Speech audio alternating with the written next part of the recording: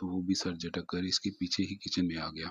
وہ فریج کھول کر اس میں سے کچھ تلاشنے لگا۔ وہ شیلف سے ٹیک لگائے اس کے پیچھے ہٹنے کا انتظار کر رہا تھا کہ اسی وقت ملازمہ اندر داخل ہوئی۔ بولا، سالن نہیں کوئی بھی پڑا؟ اس نے پوچھا۔ نہیں علمہ بیٹا، وہ سالن تھوڑا تھا تو ختم ہو گیا۔ ملازمہ اس کی طرف دیکھتے ہوئے بولی، کوئی پہلے والا سالن بھی نہیں پڑا؟ اس نے سنجیدگی سے پوچھا۔ نہیں بیٹیا، اگر آپ کہتی ہیں تو میں انڈا بنا دیتی ہوں، ملازمہ نے جلدی سے کہا تو وہ نفی میں سر ہلاتی روٹی نکال کر اس پر اچار رکھ کر اپنے کمرے کی جانب بڑھ گئی۔ وہ اس کی حرکتیں دیکھ کر جیسے گمسم سا ہو گیا تھا۔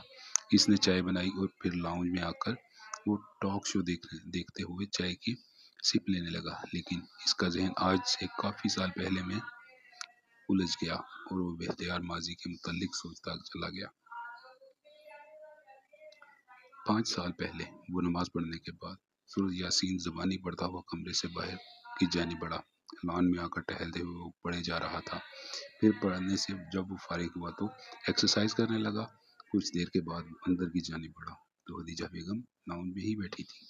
اس نے ان کو سلام کیا اور ان کے پاس جھکا تو انہوں نے اس کا ماتھا چوم لیا۔ کیسے ہو میری جان؟ خدیجہ بیگم نے پوچھا۔ جی الحمدللہ بالکل ٹھیک ٹھاک ہوں، وہ ان کے پاس بیٹھتے ہوئے بولا۔ اچھا، وہ کل ارمان کہہ رہے تھے کہ علمہ کو پڑھا دیا کرو، وہ بہت نالائق ہو گئی ہے، اسٹڈی کی طرف دھیان ہی نہیں دیتی۔ وہ بولی، امی آپ اچھی طرح سے جانتی ہیں نا کہ میں اسے نہیں پڑھا سکتا، آپ نے دیکھا نہیں وہ کس قدر بے باک ہے۔ وہ جھلجھلا کر بولا، ابھی بچی ہے، وقت کے ساتھ ساتھ سنبھل جائے گی، 17 سال کی تو ہے۔ وہ بچیاں اس عمر میں ایسا کر لیتی ہیں، لیکن وقت کے ساتھ ساتھ وہ سنبھل جاتی ہیں۔ خدیجہ بیگم نے کہا، امی چھوڑیں ان باتوں کو، آپ نہیں جانتی جن کو سدھرنا ہوتا ہے نا وہ سدھرتے ہیں، اور اس جیسی لڑکیاں بالکل بھی نہیں سدھرتی۔ جب دیکھو فیشن شو، فیشن میگزین کھولے بیٹھی رہتی ہیں، اور ایک دن میں نے بھی ایسے ہی اس کا فیشن میگزین پکڑ لیا۔ پتہ ہے اس قدر گند دیکھتی ہیں وہ، اور پھر ویسے ہی ڈریس بنا لیتی ہیں، ویسے ہی پہنتی ہیں، بس یہی اس کی زندگی میں رہ گیا ہے۔ اور پتہ ہے اس دن فون پر پتہ نہیں کس کو کہہ رہی تھی کہ اسے ماڈل بننا تھا۔ وہ تلخ لہجے میں بولا، اچھا چھوڑو نا، وہ تمہارا مسئلہ تھوڑی ہے، اس کے ماں باپ خود جانے، ہم لوگ ان معاملات میں کیوں پڑیں؟ تمہیں نہیں پتا کہ تمہاری چاچی کس طرح کی ہے؟ اگر اسے پتہ چل گیا نا کہ تم اس کی بیٹی کے بارے میں ایسی باتیں کر رہے ہو تو اس نے ہنگامہ کھڑا کر دینا ہے۔ جیسی ماں ہے ویسی وہ ہے، اور ویسے بھی بچی کا قصور نہیں ہے، اس کی ماں ہی ایسی ہے۔ اب دیکھو تمہاری تربیت کی ماشاءاللہ سے حافظ قرآن ہو اور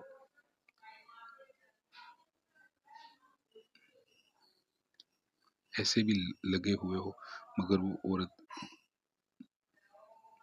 وہ خود بھی ان چیزوں کو پسند کرتی تھی، بچی کو بھی اسی طرف لگایا ہے۔ میں نے بھی ایک دن کہا تھا کہ بچی کو یہ سب نہ دیکھنے دیا کرو، تو آگے سے کہتی ہے کہ بچی ہے میری، تو آپ کو بھی اس میں بولنے کی کوئی ضرورت نہیں۔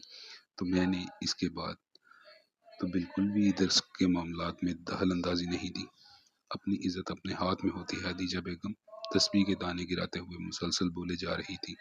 آپ چاچو سے کہہ دیجئے گا کہ میرے پاس ٹائم نہیں ہوتا، تو میں اس کے لیے کوئی اور ٹیوشن وغیرہ کا انتظام کر دوں گا۔ وہ جلدی سے بولا، ٹیوشن کا انتظام تو بیٹا جی ہم خود بھی کر لیں گے، لیکن مجھے کسی غیر پر اعتبار نہیں ہے۔ تم گھر کے بچے ہو تو اسی لیے وہ لاپرواہ سی بچی ہے، میری تو تم ہی پڑھا دو۔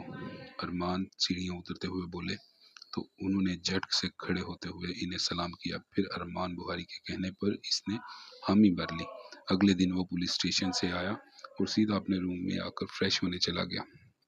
کچھ دیر کے بعد وہ ٹراؤزر پہنے شرٹ لیس باہر نکلا تو صوفے پر بیٹھی علمہ کو دیکھ کر ہڑبڑا سا گیا۔ کیا بدتمیزی ہے یہ، اس طرح کیسے روم میں آ سکتی ہو تم؟ کسی کے روم میں آنے سے پہلے اجازت لی جاتی ہے، وہ کس حال میں ہے، کس طرح ہے، اس بات کا خیال رکھنا۔ وہ انتہائی غصے سے بولا اور وہ ناگواری سے اٹھ کر کھڑی ہو گئی۔ مجھے بھی کوئی شوق نہیں تھا آپ جیسے خڑوس انسان سے پڑھنے کا، وہ تو بابا نے بولا تو اس لیے یہاں آ گئی۔ وہ جواباً انتہائی غصے سے بولی،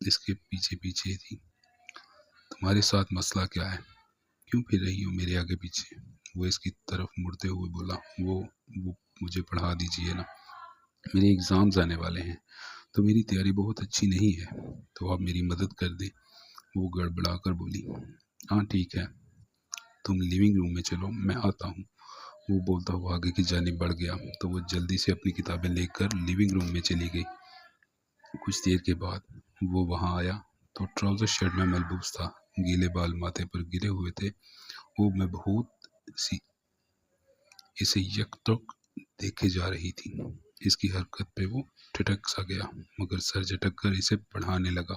2 دن کے بعد جب وہ شام کے وقت کالج سے گھر آئی تو کچھ مہمان آئے بیٹھے تھے۔ وہ انہیں سلام کرتے ہوئے کھانا کھانے کے لیے کچن کی جانب بڑھی۔ بوا کون آیا ہے باہر؟ اس نے پوچھا۔ وہ ارحم بابا کے جاننے والے ہیں، کمشنر صاحب کہہ رہے تھے، اور وہ اپنی بیٹی کا رشتہ لے کر آئے ہیں ارحم بابا کے لیے۔ بوا کی بات سن کر اسے لگا کہ پوری قیامت اس پر آن گری ہے۔ وہ تیزی سے باہر کی جانب بھاگی اور اپنے کمرے میں آ کر بستر پر گر کر پھوٹ پھوٹ کر رونے لگی۔ کچھ دیر کے بعد اسے معلوم ہوا کہ رشتہ پکا ہو چکا ہے اور اس ہفتے ہی دن رکھ کر شادی کر دی جائے گی، کیونکہ ارحم کو منگنی اور اس طرح کی رسومات میں کوئی دلچسپی نہیں۔ وہ تو ڈائریکٹ نکاح کرنا چاہتا ہے۔ اس سے یوں کسی اور کا ہونے کا سن کر اس کی جان نکلنے والی ہو گئی تھی۔ وہ اگلے 2 دن تک کالج پڑھنے نہیں گئی۔ وہ جس دن گئی، اس کی دوستوں نے جب جانا کہ اس کے کزن کی منگنی ہو گئی تو وہ سب اسے ہی بولنے لگی، پلیز مجھے بعد میں ڈانٹ لینا، لیکن اس وقت مجھے بتاؤ کہ میں کیا کروں، میری سانسیں رک گئی ہیں، ان کو کسی اور کا ہوتا سن کر میں ان کو کسی اور کے ساتھ برداشت نہیں کر پاؤں گی، تو ایسا کرو، سیدھی اس کے کمرے میں پہنچ جانا اور اس سے جا کر اظہار محبت کر دینا، کیا پتا وہ تمہاری محبت کو قبول کر لے۔ پتہ ہے لڑکوں کو چھوٹی عمر کی لڑکیاں بہت باتی ہیں۔ ان کی باتوں کو سن کر وہ ارادہ باندھ چکی تھی کہ وہ اس سے اپنی محبت کا اظہار کر دے گی۔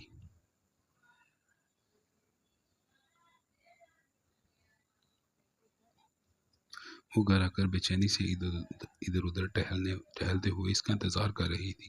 کچھ دیر بعد جب وہ گھر واپس آیا تو وہ بڑی تیزی سے اس کمرے کی جانب بڑھی۔ وہ شرٹ اتار کر صوفے پر پھینک رہا تھا اور شاور کی جانب بڑھ رہا تھا تو وہ دروازہ کھولتی ہی اندر داخل ہوئی۔ واٹ دا ہیل لیلیما، کتنی بار سمجھایا ہے میں نے تمہیں کہ اس طرح کسی کے کمرے میں بنا اجازت کے نہیں آتے۔ تمہیں پڑھنا ہے نا تو کچھ دیر کے بعد آنا، میں نہانے لگا ہوں۔ وہ ٹاول گلے میں ڈال کر واش روم کی جانب بڑھا تو وہ تیزی سے اس کے سامنے آ گئی۔ مجھے پہلے آپ سے بات کرنی ہے، میں کب سے خود کو تیار کر رہی ہوں یہ بات کہنے کے لیے، ابھی مجھے کرنی ہے ورنہ پھر میں اپنی ہمت نہیں کر پاؤں گی۔ وہ جلدی سے بولی، پیچھے ہٹ کر بات کرو، جو بھی کرنی ہے، قریب مت آؤ میرے۔ وہ ناگواری سے بولا، مجھے یہ کہنا ہے کہ آپ اس شادی سے انکار کر دیجئے، آپ شادی مت کروائیے اس سے۔ وہ لب کچلتے ہوئے بولی۔ وہ حیرانگی سے اسے دیکھنے لگا، کیوں؟ میں ایسا کیوں کروں؟ اور مسئلہ کیا ہے تمہارے ساتھ؟ میں کئی دنوں سے دیکھ رہا ہوں کہ تم عجیب و غریب حرکتیں کر رہی ہو، کیا چل رہا ہے تمہارے دماغ میں؟ وہ سنجیدگی سے بولا، مجھے آپ سے محبت ہو گئی ہے، میں آپ کے بغیر نہیں رہ سکتی۔ اگر آپ نے اس سے شادی کی نا، میں مر جاؤں گی، پلیز، میں آپ سے بہت محبت کرتی ہوں، آپ یہ شادی توڑ کر مجھ سے شادی کر لیجئے نا۔ وہ جلدی سے بولی اور وہ سن دماغ کے ساتھ اسے سن رہا تھا، دماغ خراب ہو گیا ہے تمہارے دماغ میں نہ جانے کون سی گندگی بھری ہوئی ہے، دفع ہو جاؤ یہاں سے۔ وہ داڑا تو وہ پوری جان سے کانپ گئی اور پھر روتی ہوئی وہاں سے چلی گئی۔ وہ تڑپ کر مڑا اور زوردار چانٹا اس کے چہرے پہ مار دیا۔ وہ دروازہ ہے اور تم ابھی اور اسی وقت یہاں سے دفع ہو جاؤ ورنہ دوسری صورت میں یہ سب کے سامنے جا کر تمہیں کھڑا کر دوں گا۔ وہ روتی ہوئی وہاں سے بھاگ گئی۔ اس نے لاکھ کوشش کی مگر وہ اپنے دل کو منا نہیں پائی تھی۔ آج شام اس کا نکاح کسی اور سے ہونا تھا تو تیاریاں زور و شور سے جاری تھی۔ کچھ دیر تک وہ لوگ نکل رہے تھے۔ علما نے اپنی دوست کے بتائے پلان کے مطابق اپنے موبائل سے میسج ٹائپ کیا اور جلدی سے اپنے جسم پر ہراس کے نشان ڈالنے لگی۔ وہ شیروانی پہننے کے بعد شیشے کے سامنے کھڑا تھا کہ اس کے موبائل کی ٹون بجی۔ اس نے جلدی سے اٹھا کر دیکھا تو علما کا میسج تھا: میں دیکھتی ہوں کہ میرا کھایا زہر آپ کے نکاح ہونے سے پہلے مجھے مارتا ہے کہ نہیں۔ اس کا میسج پڑھ کر وہ پاگلوں کی طرح اس کے روم میں گیا تو وہ اطمینان سے صوفے پر بیٹھی تھی، مگر اس کی حالت دیکھ کر ٹھٹک گیا۔ کپڑے کندھوں سے پھٹے ہوئے تھے اور جسم اور چہرے پر خراشیں تھی۔ اس کا دماغ سن ہونے لگا۔ وہ اٹھ کر پاس آئی اور اس سے پہلے کہ وہ کچھ سمجھتا اس کی شیروانی کے بٹنوں کو توڑتی چلانے لگی: چھوڑیے مجھے، نہیں کریں۔ وہ ساکت اور جامد سا کھڑا پٹی پٹی نگاہوں سے اسے دیکھ رہا تھا۔ پھر کچھ دیر بعد سب کمرے میں بھاگے چلے آئے اور وہ روتی ہوئی اپنی ماں کے گلے لگ گئی۔ بے شرم، بے غیرت انسان! ارمان بخاری غصے سے اس پر چڑھ دوڑے۔ پھر سب نے باری باری کوسا۔ وہ اپنی صفائی پیش کرنا چاہتا تھا مگر جیسے زبان بولنے سے انکاری تھی۔ اسے معلوم تھا کہ اگر وہ کچھ بولا تو اس بیوقوف لڑکی کی بدنامی ہوگی، اور وہ اس کی عزت کی خاطر چپ ہو گیا۔ وہاں موجود مہمان تو باتیں کر رہے تھے اور مہمانوں کے مشورے کی وجہ سے سلطان بخاری نے اعلان کر دیا کہ جس نے یہ سب کیا اب وہی شادی کرے گا، اور اس کا نکاح فوری اس سے کروا دیا گیا۔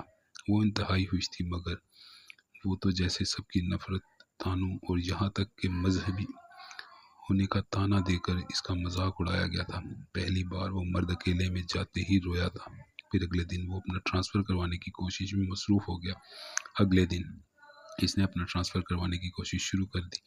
اس کی یہ کوشش اس کے دل کی بے چینی کو کچھ کم کر سکتی تھی۔ وہ نہیں چاہتا تھا کہ وہ مزید کسی ایسی صورت میں سامنا کرے جہاں اسے اپنی عزت یا خودداری کو قربان کرنا پڑے۔ علما کے ساتھ ہونے والے واقعات نے اسے نہ صرف ذہنی طور پر متاثر کیا بلکہ اس کی زندگی کے اصولوں کو بھی چیلنج کیا۔ دوسری جانب علما کو یہ احساس ہونے لگا کہ اس نے جو کچھ بھی کیا وہ غلط تھا۔ اس کا دل اب اور بھی ارحم کے لیے دھڑکتا تھا، لیکن وہ یہ سمجھنے لگی تھی کہ اس نے جذبات میں آ کر اپنی اور ارحم کی زندگیوں میں کتنی بڑی افراتفری پیدا کر دی ہے۔ اس کی حرکتوں نے نہ صرف ارحم کو مشکلات میں ڈالا بلکہ خود اسے بھی لوگوں کی نظروں میں مشکوک بنا دیا۔ ارحم نے اپنے آپ کو کام میں مصروف کر لیا تاکہ وہ اس ساری صورتحال سے دور رہ سکے۔ وہ جانتا تھا کہ وقت کے ساتھ ساتھ سب کچھ بہتر ہو جائے گا، یا کم از کم وہ خود کو ان سب باتوں سے دور کر لے گا۔ اس نے اپنے دوستوں اور ساتھیوں سے بھی فاصلہ رکھنا شروع کر دیا تاکہ وہ کسی قسم کی باتوں میں نہ آئیں۔ کچھ ہفتے گزرنے کے بعد علما نے ہمت کر کے ارحم سے معافی مانگنے کا فیصلہ کیا۔ اس نے محسوس کیا کہ اب اسے اپنی غلطیوں کا اعتراف کرنا چاہیے اور ارحم کو یہ دکھانا چاہیے کہ وہ اپنی حرکتوں پر شرمندہ ہے۔ علما نے ایک خط لکھا جس میں اس نے اپنے جذبات اور معافی کی درخواست کی۔ وہ خط ارحم کی بجائے خدیجہ بیگم کے ہاتھ اس وقت لگا جب وہ ارحم کا بیگ پیک کرنے آئی۔ خدیجہ بیگم نے شور مچانا شروع کر دیا اور اسے لاؤنج میں طلب کر دیا۔ اسی وقت ارحم بھی آ گیا تھا اور سب لوگ اس سے باز پرس کر رہے تھے۔ اسے شرمندہ ہو کر سر اس بات میں ہلاتے ہوئے دیکھ کر ارمان بخاری نے ایک زوردار تھپڑ رسید کر دیا۔ کیا ہم لوگوں نے تمہیں یہی سکھایا ہے کہ دوسروں پر تہمت لگاؤ؟ کیسے کر سکتے ہو تم؟ اتنا بڑا الزام لگانے سے پہلے ایک بار بھی نہیں سوچا کہ تمہاری اس طرح کی حرکت سے ہم سب پر کیا اثر پڑے گا؟ یہ خط بتا رہا ہے کہ تم نہیں گناہگار تھی۔ تم نے اس دن اسے اپنے کمرے میں بلوایا اور سب کچھ اپنے ساتھ خود کر کے اس پر الزام ڈال دیا۔ شرم سے ڈوب کر مر جاؤ۔ ارمان بخاری داڑ رہے تھے۔ پھر اس نے شرمندہ سا آ کر ان کے سامنے کھڑے ہو کر ہاتھ جوڑ کر کہا: بیٹا مجھے معاف کر دینا، میں نے اس دن تمہارے ساتھ بہت زیادتی کی۔ پلیز چاچو اس طرح مت کیجیے، آپ میرے بڑے ہیں اور مجھے ہرگز پسند نہیں کہ مجھ سے میرے بڑے اس طرح معافی مانگے۔ وہ ان کے ہاتھ تھامتے ہوئے ہلکا سا مسکرا کر بولا تو وہ مزید شرمندہ ہو گئے۔ پھر وہ چپ چاپ کمرے کی طرف بڑھنے لگے تو وہ ایک دم اس کے سامنے آ گئی۔ آپ جہاں جائیں گے میں بھی وہاں جاؤں گی۔ میں نے سب کے سامنے بتا دیا کہ میں غلطی پر تھی اور آپ کو اس گناہ سے بری بھی کر دیا۔ آپ مجھے اپنا لیجیے نا، وہ التجائیہ لہجے میں بولی۔ تو ارمان بخاری اسے بازو سے کھینچ کر اس کے کمرے میں لے آئے اور کمرے میں لاک کر دیا۔ پھر وہ اگلے دن صبح نکلنے لگا تو وہ اسے پیچھے سے پکڑ کر تڑپ کر رو دی۔ وہ خود اسے توڑ کر الگ کرتا، باہر کھڑی گاڑی میں بیٹھ کر وہاں سے نکلتا چلا گیا، اور وہ اس کی شکل تک دیکھنا نہیں چاہتا تھا، اور وہ اسے فون کرتی تو وہ فون نہیں اٹھاتا تھا، روز میسج کر کر کے وہ اس سے معافی مانگتی، رو رو کر، مگر وہ نہ پکلا، اور پھر اس نے نمبر تک تبدیل کیا۔ اس کے بعد وہ 5 سال تک واپس نہ لوٹا۔ خدیجہ، فضا اور سلطان صاحب اس سے ملنے آ جاتے تھے، مگر وہ ان 5 سالوں میں اپنا ذہنی سکون کھو چکا تھا، اور آج وہ یہاں لوٹا تھا تو وہ یکسر بدل چکی تھی۔ وہ جذباتی سی کم عمر لڑکی اب 5 سال کے بعد ایک سنجیدہ پروکار لڑکی بن چکی تھی۔ وہ اس کے رویے پر الجھ سا گیا تھا۔ اگلے دن وہ صبح کو معمول کے مطابق اٹھا اور ایکسرسائز اور واک کرنے کے بعد واپس لوٹا تو خدیجہ بیگم علمہ پر چلا رہی تھی، بے غیرت، بے حیا لڑکی، کتنی بار کہا میرے سامنے مت آیا کر، صبح صبح منحوس چہرہ دکھا کر موڈ خراب کر دیا۔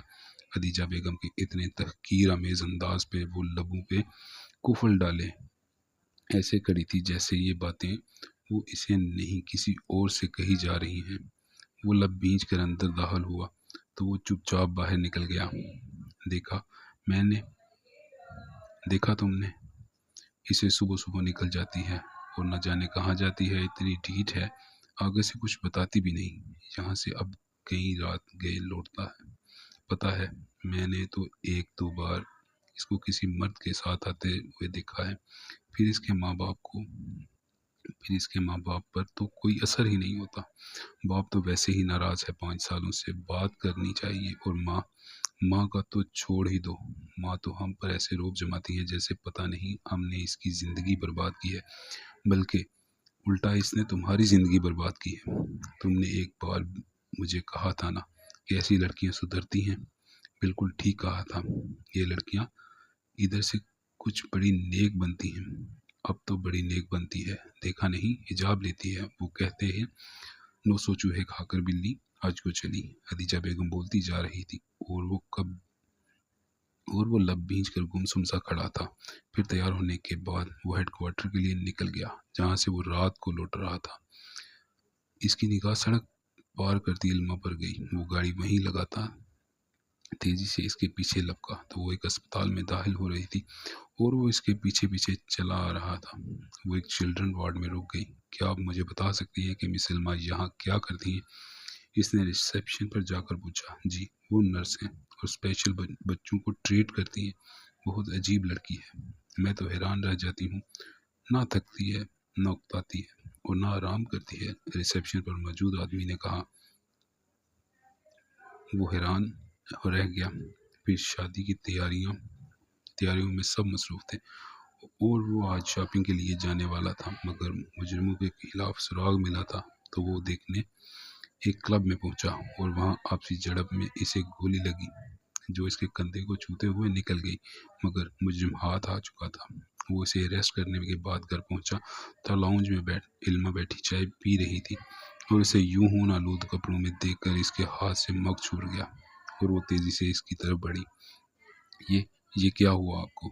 بیٹھیے یہاں، میں فرسٹ ایڈ باکس آتی ہوں، وہ گھبراہٹ بھرے لہجے میں بولی تو اس کی بے نیازی کا ہول چٹہنے پہ وہ ہلکا سا مسکرا دیا تھا اور اس کی تکلیف پہ تڑپ اٹھی تھی۔ کمرے میں آؤ، میں شرٹ یہاں تو نہیں اتار سکتا، وہ بولتا اپنے کمرے کی جانب بڑھ گیا۔ وہ اپنی شرٹ کے بٹن کھول کر اسے اتار کر سائڈ پہ رکھتا، جہاں دیکھ رہا تھا جہاں سے ابھی تک خون بہ رہا تھا، اور وہ اسی وقت اندر داخل ہوئی۔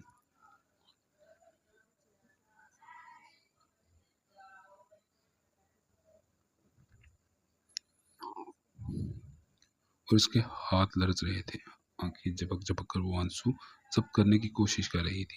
اس نے ہاتھ بڑھا کر اپنے انگوٹھے سے اس کی پلکوں پہ اٹکے آنسوؤں کو چنا تو اس نے نگاہیں اٹھا کر دیکھا۔ کیوں رو رہی ہو؟ مر گیا ہوں، سنجیدگی بھرے لہجے میں بولا تو اس نے تڑپ کر اپنا مومی ہاتھ اس کے لبوں پہ رکھ دیا۔ اس کے انابی ہونٹ اس کی کیئر اور تڑپ پہ ہلکا سا مسکرا دے گئے۔ وہ کانپتے ہاتھوں سے اس کے زخم پہ دوبارہ سے اسپرے لگا رہی اور اس نے دانت جمائے اپنی تکلیف ثبت کی۔ پھر وہ پٹی کرنے کے بعد اٹھ کر باہر گئی اور کچھ دیر بعد واپس آئی تو ہلدی والا دودھ اور میڈیسن ساتھ تھی۔ یہ میڈیسن لینے کے بعد دودھ پی لیجیے، زخم میں درد کم ہوگا، اور دھیمے سے لہجے میں ٹرے رکھ کر پلٹنے لگی تو اس کا ہاتھ تھام لیا۔ وہ مڑ کر اسے سوالیہ نگاہوں سے دیکھنے لگی۔ پلیز بیٹھو، میں تھوڑی دیر اس وقت گھر میں کوئی بھی نہیں ہے اور میں اکیلا، اس تکلیف میں بہت عجیب سا فیل ہو رہا ہے، تو پلیز کچھ دیر کمپنی دے دو۔ وہ بولا تو وہ چپ چاپ اس سے ذرا فاصلے پر بیٹھ گئی۔ وہ بیڈ گراؤنڈ سے ٹیک لگا کر سے دیکھنے لگا۔ وہ سر جھکائے بیٹھی اپنی انگلیاں چڑھا رہی تھی اور کافی زیادہ مضطرب لگ رہی تھی۔ تمہیں کوئی کام ہے جو اتنی پریشان ہو؟ اگر تمہیں کام ہے تو نو پرابلم، تم چلی جاؤ، میں مینج کر لوں گا۔ اس نے بولتے ہوئے اس کے رخسار کو چھونے کے لیے ہاتھ بڑھایا تو وہ جلدی سے پیچھے ہو گئی۔ وہ لب بھینچ کر رہ گیا۔ پھر کچھ دیر کے بعد وہ اٹھ کر کھڑی ہوئی تو اس نے چونک کر دیکھا۔ کیا ہوا، جا رہی ہو؟ میں نے پوچھا۔ جی، دراصل میری بھی طبیعت ٹھیک نہیں ہے تو میں نے آج جلدی آف لیا ہے۔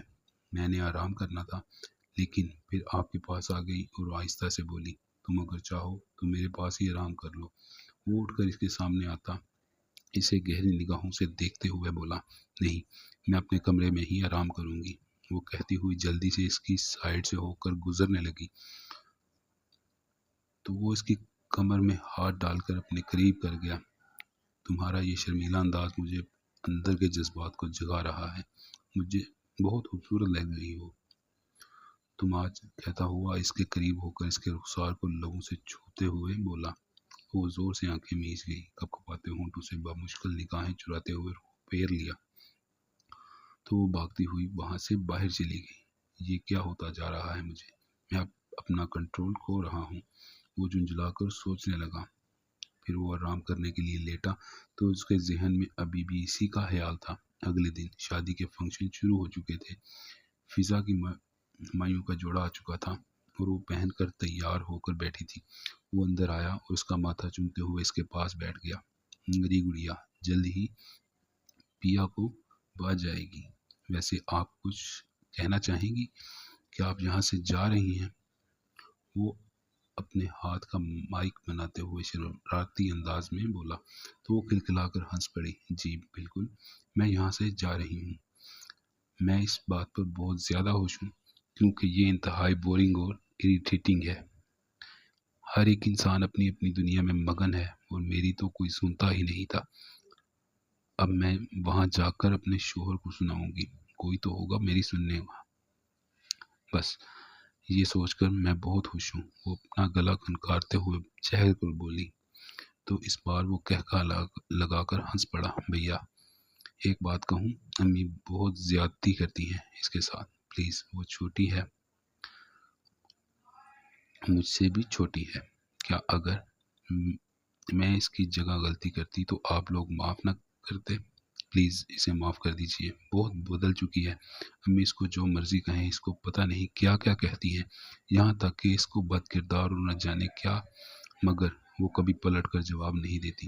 نہ جانے اس کے اندر اتنا صبر کہاں سے آ گیا، یا پھر وہ بے حس ہو گئی ہے تب سے جب وہ اریسٹ ہوئی تھی۔ اس کے بعد سے وہ رونا بھی بھول گئی تھی۔ فضا بولتی جا رہی، وٹ اریسٹ، لیکن کیوں اور کب؟ وہ بے چین سا ہو کر بولا، ہاں بھیا، اس نے اپنے کالج کے پروفیسر کے خلاف لڑکیوں کو ہراس کرنے کی FIR درج کروائی تھی اور وہ کسی سیاستدان کا آدمی تھا۔ انہوں نے انتشار پھیلانے کا جرم عائد کیا۔ تقریباً 3 دن وہاں رہی تھی اور لیڈی پولیس نے اسے بہت ٹارچر کیا تھا۔ پھر وہ وہاں سے چھوٹ گئی مگر کسی میڈیکل کالج میں پھر ایڈمیشن نہیں ملا، لیکن پھر اس نے نرس بننے کا فیصلہ کر لیا۔ فضا بولتی جا رہی تھی اور وہ دماغ سے سن رہا تھا۔ پھر وہ ایک جھٹکے سے اٹھ کر وہاں سے علما کے روم میں آ گیا اور مرر کے سامنے کھڑی اپنی میکسی کی ٹسل باندھ رہی تھی۔ وہ اس کے قریب گیا تو اس کے برہنہ کندھے پر نظر آتے مدھم سے نشان دیکھ کر اس کی آنکھوں میں لہو اتر آیا۔ وہ اس کا ٹسل باندھنے لگا اور اس کی گردن سے بال پیچھے ہٹاتے ہوئے اپنے سلگتے لب اس کے کندھے پہ رکھ گیا۔ وہ تڑپ کر مڑی تو وہ اسے باہوں میں بھرے اس کے چہرے کے ہر نقش پر اپنی محبت کی مہر ثبت کرنے لگا۔ وہ اس کی شرٹ کو مٹھیوں میں جکڑے کانپ رہی تھی۔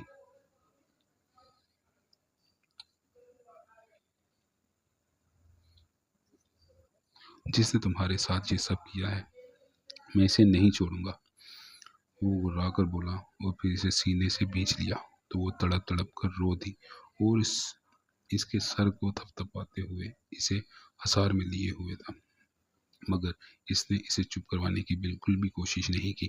وہ چاہتا تھا کہ وہ اپنا غبار اچھی طرح سے نکال لے کیونکہ یہ اندر ہی اندر اسے کھا چکا تھا۔ پھر جب اس کا دل ہلکا ہوا تو وہ آہستہ سے اس سے دور ہوئی۔ جس پروفیسر نے یہ سب کیا تھا اس کے بارے میں مجھے بتا سکتی ہو؟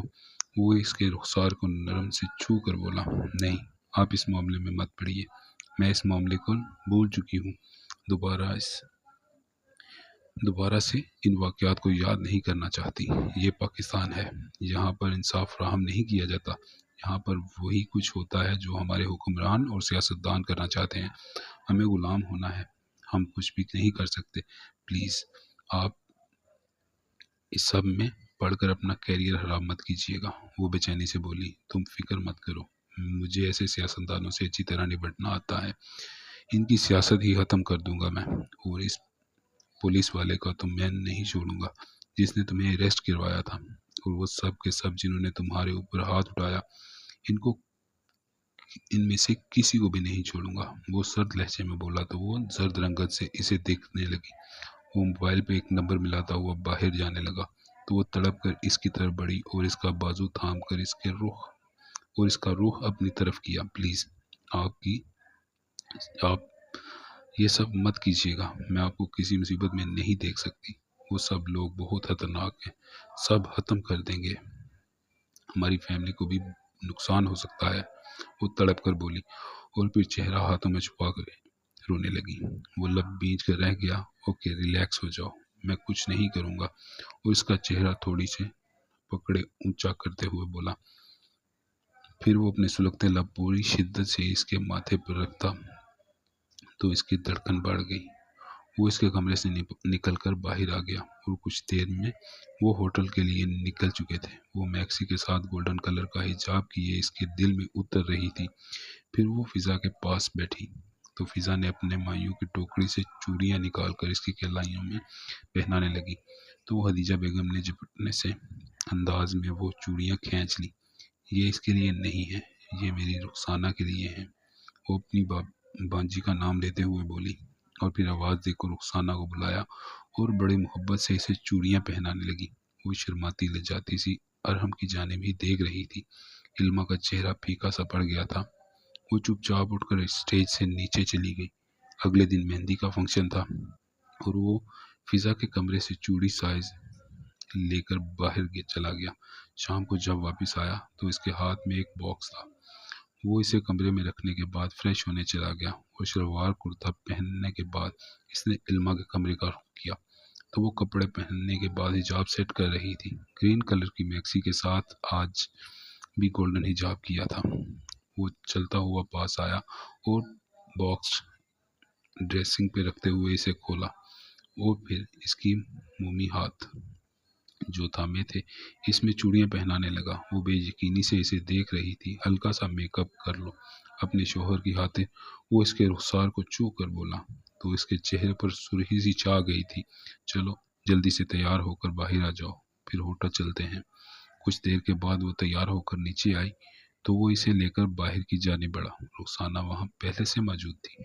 چلیں ارحم، وہ پاس آ کر بولی تو ارحم نے ناگواری سے سر جھٹکا، پھر وہ بنا کچھ کہے جلدی سے فرنٹ سیٹ پر بیٹھ گئی۔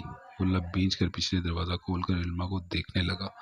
میں مما بابا کے ساتھ آئی ہوں، وہ کہتی ہوئی چپ چاپ ارمان بخاری کی گاڑی میں بیٹھ گئی۔ وہ غصہ ضبط کرتا ڈرائیونگ سیٹ پر آیا اور گاڑی سٹارٹ کر لی۔ پھر پورے فنکشن میں وہ جان بوجھ کر رخسانہ سے ہنس کر باتیں کرتا رہا۔ وہ اسپاٹ چہرے سے ایک سائڈ پہ بیٹھی تھی، اس کے چہرے پر کسی قسم کا دکھ نہ دیکھا۔ وہ جھنجھلا سا گیا۔ پھر وہ واپس گھر پہنچے اور کپڑے چینج کرنے کے بعد وہ علما کے روم میں آیا تو وہ نماز پڑھ رہی تھی، چوڑیاں اتار کر ڈریسنگ پہ رکھی تھی۔ پھر نماز اس قدر طویل تھی کہ وہ جا کر بیڈ پر لیٹ گیا۔ اور اپنا بازو آنکھوں پر رکھ لیا۔ نماز سے فارغ ہونے کے بعد وہ اس کے پاس آ کر کھڑی ہو گئی۔ پلیز آپ اٹھ کر اپنے کمرے میں چلے جائیے، اگر کسی نے دیکھ لیا تو بہت زیادہ ہنگامہ ہو جائے گا۔ وہ پاس آ کر اپنی انگلیاں چٹکاتے ہوئے بولی۔ تو ہم نے کہا اس کی بات پر اپنا بازو ہٹا کر اسے حشمگی نگاہوں سے دیکھا اور پھر اس کے بازو سے کھینچ کر اپنے پہلو میں گرتا اس کے بازو جکڑے اس کی آنکھوں میں دیکھنے لگا، جو حیرت سے پھٹی کی پھٹی رہ گئی تھی۔ شاید اسے ارحم کی طرف سے اس طرح کی حرکت کی توقع بالکل نہیں تھی۔ وہ اس کے ماتھے پر لب رکھتا اسے اپنے حصار میں لے گیا۔ وہ ساکت و جامد سی کسی کامنی گڑیا کی مانند اس کی باہوں میں سمیٹی تھی۔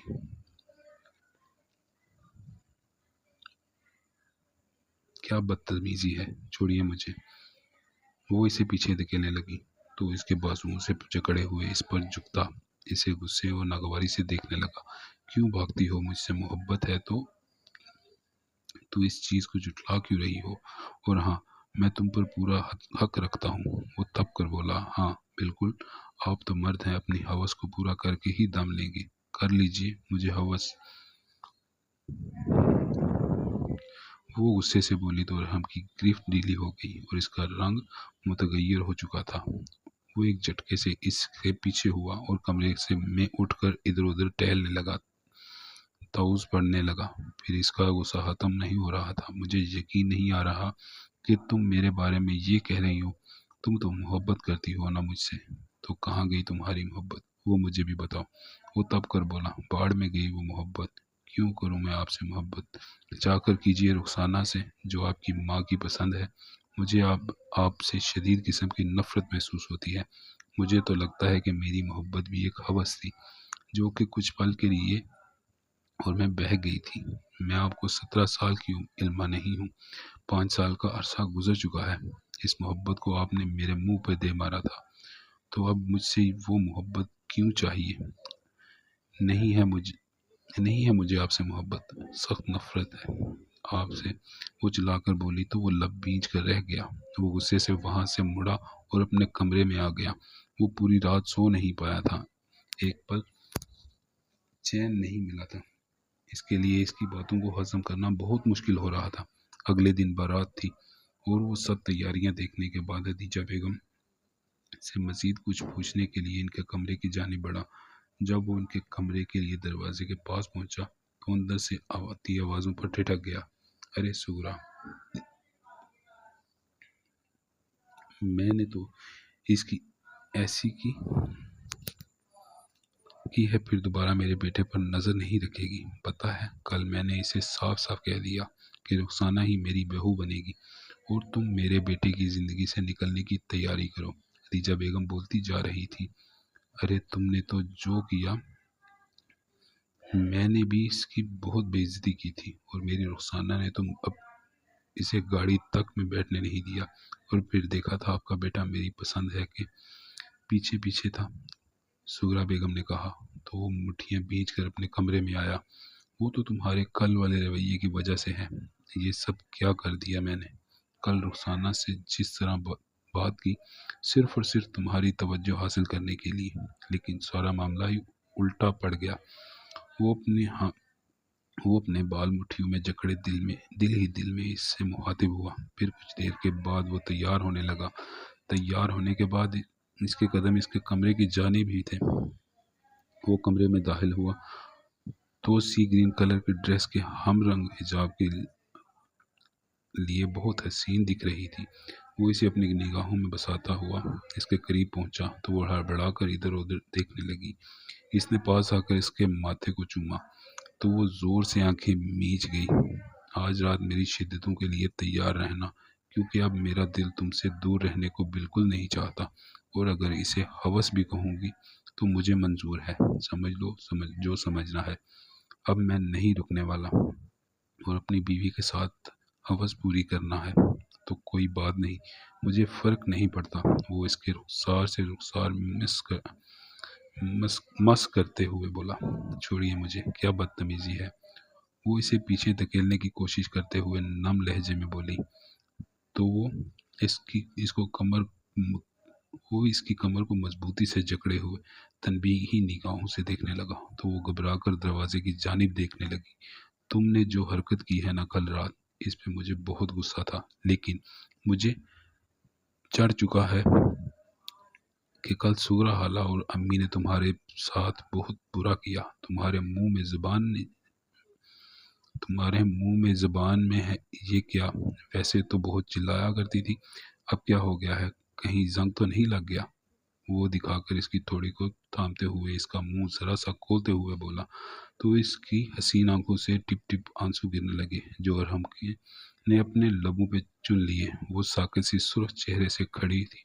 پھر کچھ دیر میں وہ لوگ ہوٹل پہنچے اور وہ اس کے قریب قریب ہی رہا۔ اس کی حرکتیں دیکھ کر سورہ بیگم اور خدیجہ بیگم کو انتہائی غصہ آ رہا تھا، مگر وہ سوچ چکا تھا کہ آج آر یا پھر پار کچھ ایک تو معاملہ ہوگا، اس لیے نتیجے کی پرواہ نہ کرتے ہوئے اس کے پاس جا رہا تھا تاکہ سب کو سمجھا سکے کہ وہ اس کا ساتھ چاہتا ہے۔ پھر فضا کی رخصتی کے بعد وہ ہوٹل کے سب ڈیوز کلیئر کر کے گھر واپس جانے والا تھا تو اس نے سب کو گھر جانے کو کہا اور علما کا ہاتھ تھام کر بولا کہ وہ یہیں پر ابھی اس کے ساتھ ٹھہرے گا۔ تو وہ گھبرا کر خدیجہ بیگم کو دیکھنے لگی جو ناشام نگاہوں سے اسے دیکھ رہی تھی۔ وہ ان کی نگاہوں سے خوف زدہ ہو گئی۔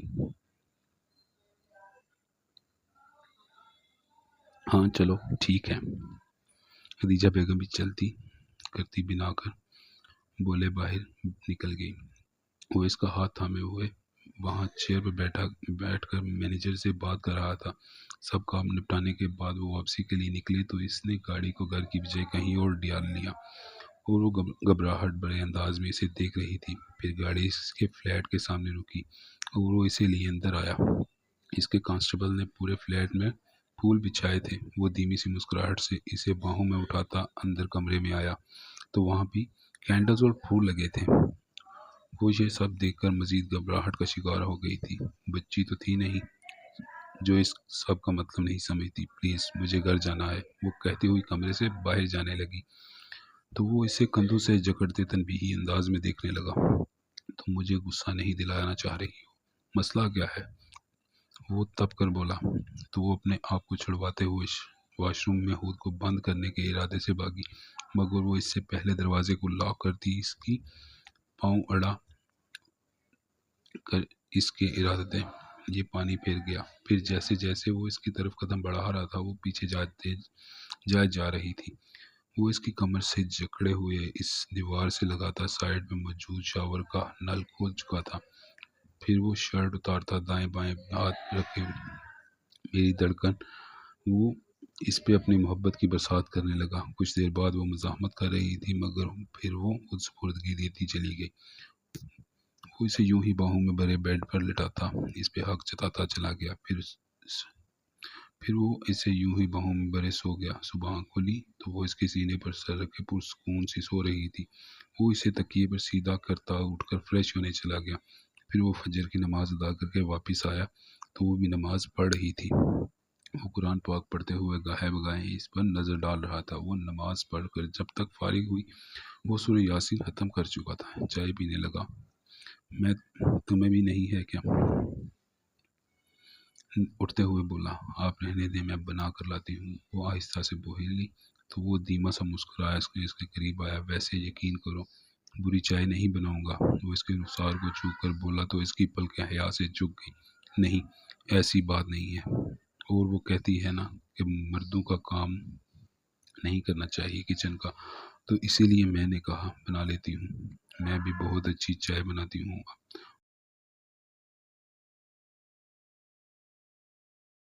کہ مرد کچن کا کام نہیں کر سکتا، یہ تو کہیں بھی نہیں تھا کہ مرد کچن کا کام نہیں کر سکتا، بلکہ ہمارے نبی صلی اللہ علیہ وسلم تو اپنی زوجہ کے ساتھ کاموں میں ہاتھ بٹایا کرتے تھے، تو اسی لیے ان باتوں پر یقین نہیں رکھنا چاہیے۔ امی تھوڑی سی پرانے خیالات کی ہیں، ان کی بات ضرور سنو، مگر جو بات تمہارے دل میں ہے اچھی لگے وہ بھی کرو۔ تم میرے خیال میں مرد کو کام کرنے میں کوئی پرابلم نہیں ہونی چاہیے۔ سو آج تم بیٹھو، میں بنا کر لاتا ہوں۔ وہ کہتے ہوئے اس کا رخسار تپتپا کر باہر نکل گیا۔ میں ساتھ ہی چلتی ہوں، وہ جلدی سے بولی تو وہ سر اس بات میں ہلا گیا۔ پھر وہ کچن میں آ کر کرسی پر بیٹھ گئی اور وہ چائے بنانے لگا۔ وہ اسے دیکھے جا رہی تھی جو کہ پوری طرح اپنے کام میں مگن تھا، اس کے باوجود اس کی نگاہوں سے باخبر، مگر وہ جانتا تھا کہ اگر وہ اسے دیکھے گا تو وہ جلدی سے نگاہیں پھیر لے گی۔ پھر چائے بنا کر ٹیبل پہ رکھتا، کرسی گھسیٹ کر اس کے قریب آ کر بیٹھ کر چائے کی سپ لیتے اسے دیکھنے لگا، جو کہ اس کے دیکھنے پہ گھبرائی سی نگاہیں جھکاتی اور پھر اٹھاتی تھی۔ ویسے ایک بات کہوں، وہ ہلکا سا مسکرا کر بولا تو وہ سوالیہ نگاہوں سے اسے دیکھنے لگی۔ تم جب یوں شرماتی ہو تو مجھے تمہاری قربت کی مزید چاہ ہونے لگتی ہے۔ مجھے کبھی لگا نہیں تھا کہ تمہارا یہ روپ بھی ہو سکتا ہے۔ وہ اس کے روئی سے نرم رخسار پر چٹکی بھرتے ہوئے بولا تو وہ سر جھکا کر لب کچلنے لگی۔ کچھ کہنا ہے تمہیں؟ وہ اس کی ٹھوڑی کو تھامتے بولا تو اس کی آنکھوں سے آنسو بہنے لگے۔ وہ مگ ٹیبل پر رکھتا جلدی سے اس کا چہرہ ہاتھوں کے پیالے میں بھر گیا۔ کیا ہوا میری جان؟ وہ تڑپ اٹھا رہا۔ ایم سوری، وہ ہچکیوں سے رو رہی تھی۔ نہیں یار، سوری مجھے بولنا چاہیے، تم تو برسوں کے پہلے کئی بار سوری کر چکی، مگر میں اس قدر پتھر دل بن گیا تھا کہ ایک بار بھی تمہارے جذبات کو نہیں جانا۔ I'm so sorry. وہ اس کے ماتھے پر ماتھا ٹکائے بولتا چلا گیا۔ پھر وہ اس کے آنسو صاف کرتا چائے پیتے ہوئے اسے دل میں بسانے لگا۔ کچھ دیر کے بعد وہ دونوں گھر کے لیے نکلے تو خدیجہ بیگم لاؤنج میں ہی بیٹھی تھی۔ وہ انہیں اندر آتا دیکھ کر غصے سے بولنے لگی، اس بد کردار بد فطرت لڑکی نے تمہیں اپنی باتوں میں پھنسا لیا نا۔ وہ غصے سے چلاتی اسے مارنے کے لیے لپکی تو وہ جلدی سے اپنی اوٹ میں لے گیا۔ امی پلیز تماشا مت بنائیے، ہم بیٹھ کر بات کرتے ہیں۔ وہ لب بھینچ کر بولا، نہیں ہرگز نہیں، اب تم اسے ابھی اور اسی وقت طلاق دو گے ورنہ اپنی مری ہوئی ماں کا منہ دیکھو گے۔ وہ بولتی ہانپنے لگی، امی پلیز آپ کی طبیعت بگڑ جائے گی۔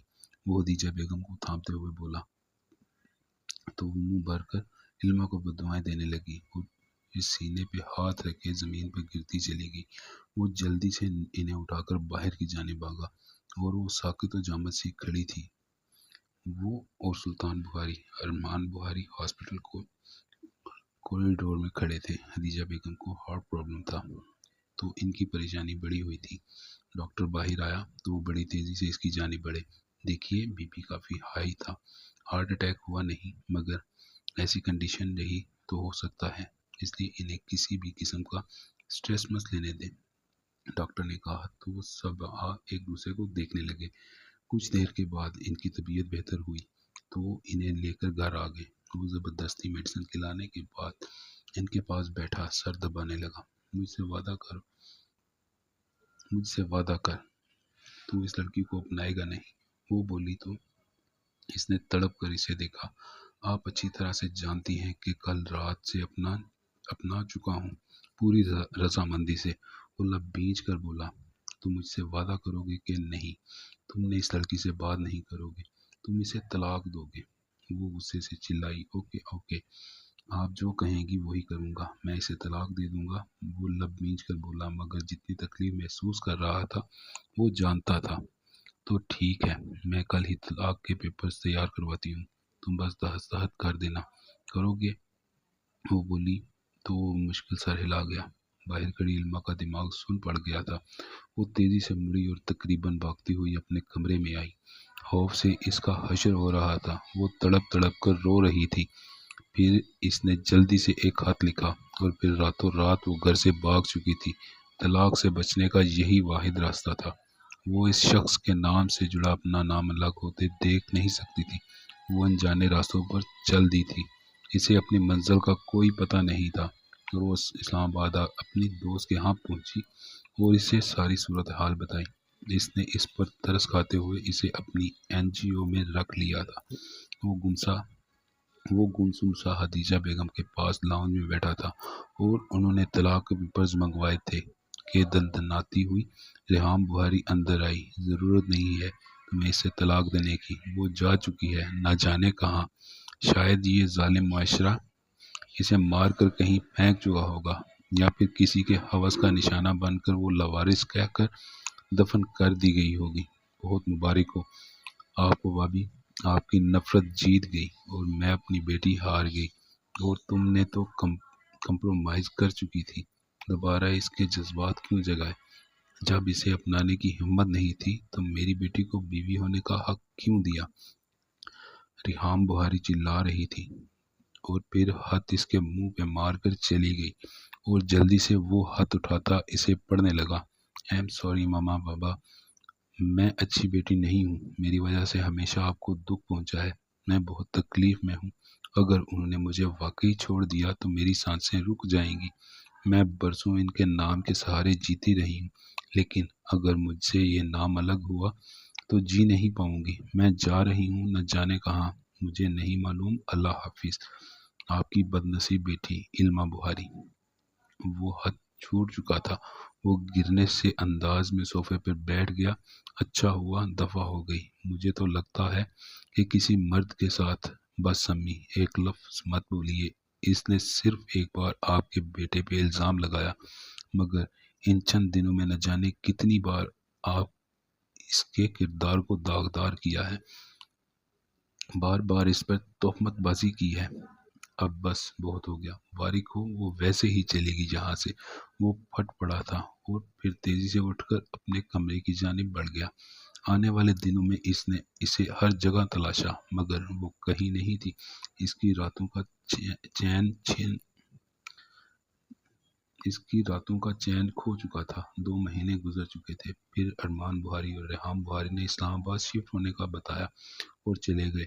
بخاری ولا کے در و دیوار سے وحشت ٹپکنے لگی تھی، وقت گزرتا جا رہا تھا، 1.5 سال بیت چکا تھا، اس دوران اس نے پولیس والوں کو سخت سزا دی تھی، اور جس پروفیسر نے یہ سب کیا تھا اسے بھی اس نے سزا دی تھی، مگر سامنے آئے بغیر۔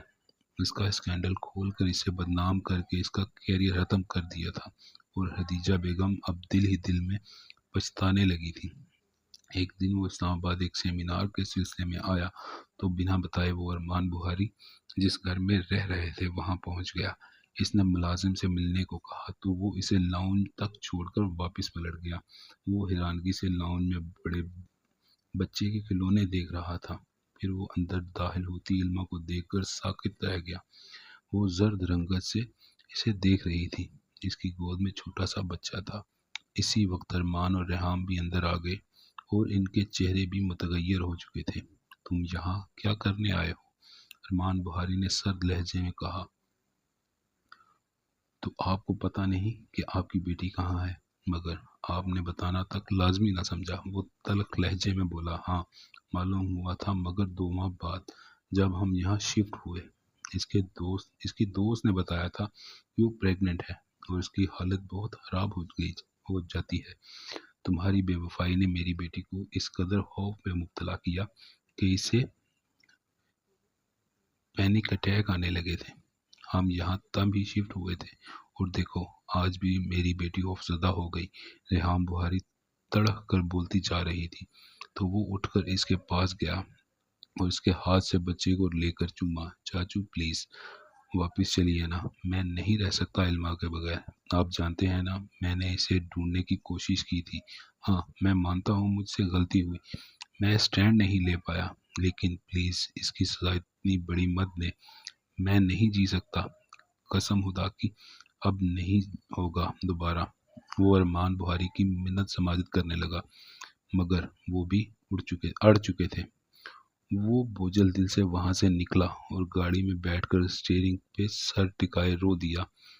پھر اس نے گاڑی سٹارٹ کی، مگر چل نہیں رہی تھی، بار بار آنسوؤں سے اس کی آنکھوں کے سامنے دھند چھا رہی تھی، اور پھر سامنے سے آتے ٹرک سے اس کی گاڑی ٹکرائی اور وہ ہوش و حواس سے بیگانہ ہوتا چلا گیا۔ اسے جب ہوش آیا تو سب اس کے اپنے وہاں موجود تھے۔ 7 دن کے بعد اسے ہوش آیا تھا۔ خدیجہ بیگم اس کے پاس بیٹھے روئے جا رہی تھی کہ جبھی وہ دشمن جاں اندر داخل ہوئی اور اس کے پاس آئی۔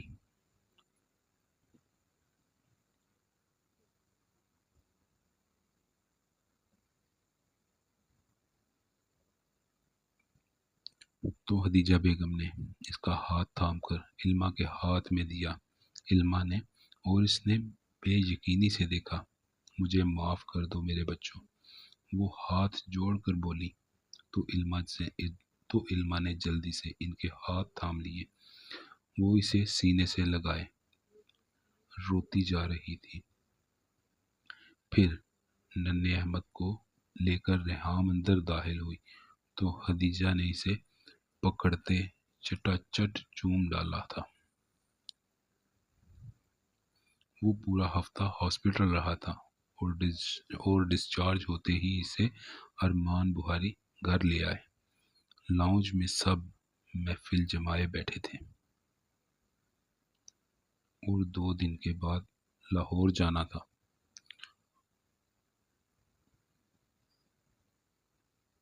وہ کمرے میں بیڈ گراؤنڈ سے ٹیک لگائے اپنی پگلی دیوانی کو دیکھ رہا تھا، جو کہ اس کو میڈیسن دے کر اب اس کا ذہن صاف کر رہی تھی۔ امی اور چاچی کیا کر رہی ہیں؟ اس نے پوچھا۔ وہ دونوں احمد کے ساتھ لگی ہوئی ہیں۔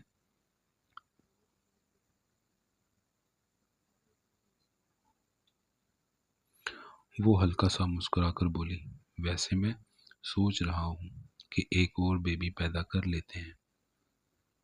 وہ اس کے کان کی لو کو لبوں سے چھوتے ہوئے بولا تو وہ اسے گھورنے لگی۔ مار کھائیں گے۔